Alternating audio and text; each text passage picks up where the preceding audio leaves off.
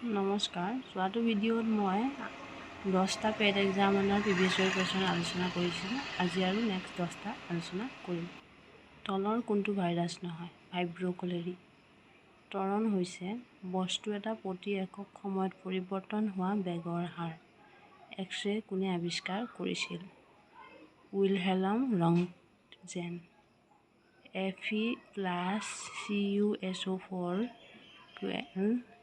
FeSO4+C বিক্ৰিয়াটোৰ প্ৰকাৰ হৈছে অপসাৰণ বিক্ৰিয়া। Na2CO3 + 10H2O Na2CO3 10H2O বিক্ৰিয়াটোৰ গঠিত পদাৰ্থটো কি? ৱাশ্বিং ছ'ডা। pH-ৰ মান কিমান হ'লে দাঁতৰ ক্ষয় আৰম্ভ হয়? 5.5। শক্তিৰ SI একক কি? শক্তিৰ SI একক জুল। শেলাই হ'ল এবিধ উৎপাদক। তলৰ কোনটো ৰাশি স্কেলাৰ ৰাশি?